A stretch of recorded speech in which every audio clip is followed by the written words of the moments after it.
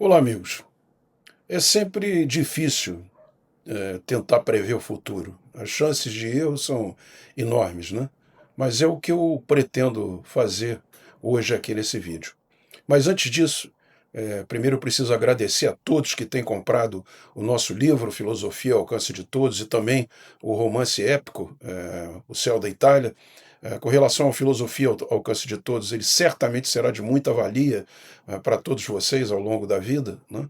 E entenderão bastante do que nós costumamos falar aqui nesse vídeo. Comprem no link ao lado aqui, e se preferirem uma história de amor e de um épico de aviação bastante dinâmico, comprem O Céu da Itália, todos os dois em e-book, né? Recebam por e-mail em PDF, nos links aqui ao lado, e com isso estarão ajudando o canal, né? Bem, no processo de julgamento do 8 de janeiro, como o da cabeleireira Débora, que atacou o Estado Democrático de Direito munida de uma barra de batom vermelho, há diversas análises técnicas precisas, né, de magistrados e advogados respeitados, mostrando os absurdos e as incorreções do enquadramento feito por esse juiz relator, o ministro Alexandre de Moraes. Entre elas a do ministro Luiz Fux, único juiz de carreira no teatro que foi montado pelos ativistas judiciais.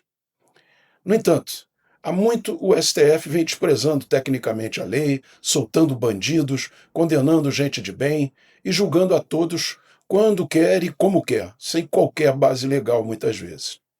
Como a sociedade, eu não vejo caminho constitucional para sairmos do buraco em que nos enfiamos e corrigir o comportamento do Estado, em seus três poderes, que tem afrontado as leis e buscado subjugar a sociedade. No entanto, acho que num determinado ponto, essa mesma sociedade, em sua parte produtiva e mais numerosa, não suportará mais carregar nas costas o bando de desocupados que não trabalham para viver do Bolsa Família, o ativismo judicial em favor dos escritórios de parentes, a impunidade dos corruptos confessos, o aumento da criminalidade e ainda os abusos salariais e das mordomias dos agentes públicos em todos os poderes. Some-se a esse quadro o absurdo maior, de termos um presidente que, em vez de buscar estabilidade e cooperação, insiste em antagonizar a maior potência militar e econômica do planeta, ao mesmo tempo que se aproxima de ditaduras sanguinárias e até de organizações classificadas como terroristas. Como se a honra nacional consistisse em trair alianças estratégicas e se abraçar ao atraso. Vejam que esse movimento não apenas isola o Brasil no cenário internacional, mas compromete o futuro de nosso povo e coloca em risco nossa própria segurança. Os índices mundiais de desenvolvimento e competitividade, que nos colocam entre os piores países do mundo, revelam uma contradição dolorosa quando comparados ao nosso potencial em recursos naturais e à capacidade produtiva de nosso povo.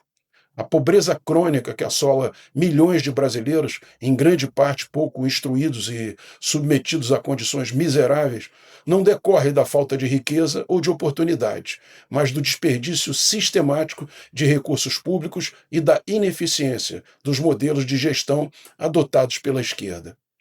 Basta olhar para o tamanho dos gastos do governo, inflados por privilégios e por políticas populistas, para perceber o abismo entre o que o país poderia ser e o que infelizmente se tornou. Se acrescentarmos a tudo isso a incapacidade administrativa desse desgoverno, que se move unicamente por ideologia e populismo, e que gera aumento de custo de vida e de impostos, então certamente virá uma guerra civil ou, de modo geral, uma convulsão social, criando um processo revolucionário acéfalo de responsabilização, castigo e resgate violento do poder. Os comandantes das Forças Armadas, que deveriam ser fiadoras da legalidade, preferem seguir a reboque do governo suicida, arriscando-se a repetir os erros dos quartéis venezuelanos, que, em vez de proteger o povo, se voltaram contra ele. Espero de coração que não se deixem arrastar a esse ponto, pois quando a hora chegar, a história não perdoará a covardia e nem a violência fratricida. Agora, com a condenação do ex-presidente e de generais pelo suposto golpe, a cena ganha contornos ainda mais dramáticos. Vejo no ar a mesma atmosfera que precedeu a Revolução Francesa. Um tribunal que se julga acima das leis, condenando seletivamente seus alvos, tal como o Comitê de Salvação Pública fazia, e uma elite política isolada do povo, enquanto a miséria e a indignação se acumulam nas ruas.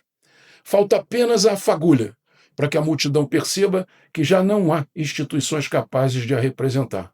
Falta apenas que um general acorde de mau humor para o barco virar. E com esse quadro, todos se voltarão para a única instituição que possui poder e capilaridade para impor a ordem, as Forças Armadas. Penso que, nesse momento, mais do que a hierarquia e a disciplina, falará mais alto nas Forças Armadas a circunstância do soldado, seu alinhamento com a sociedade que o circunda, havendo o risco de defenestração violenta dos comandos maiores e o aparecimento de novas lideranças, entre os oficiais subordinados ou até mesmo entre os graduados. Se eu fosse um dos comandantes militares, já teria me antecipado e estaria planejando, consciente e conjuntamente, uma saída honrosa dessa nau dos insensatos que se transformou o país, que segue a deriva, com comunistas berrando palavras de ordens no convés e um bêbado corrupto e perdulário no timão.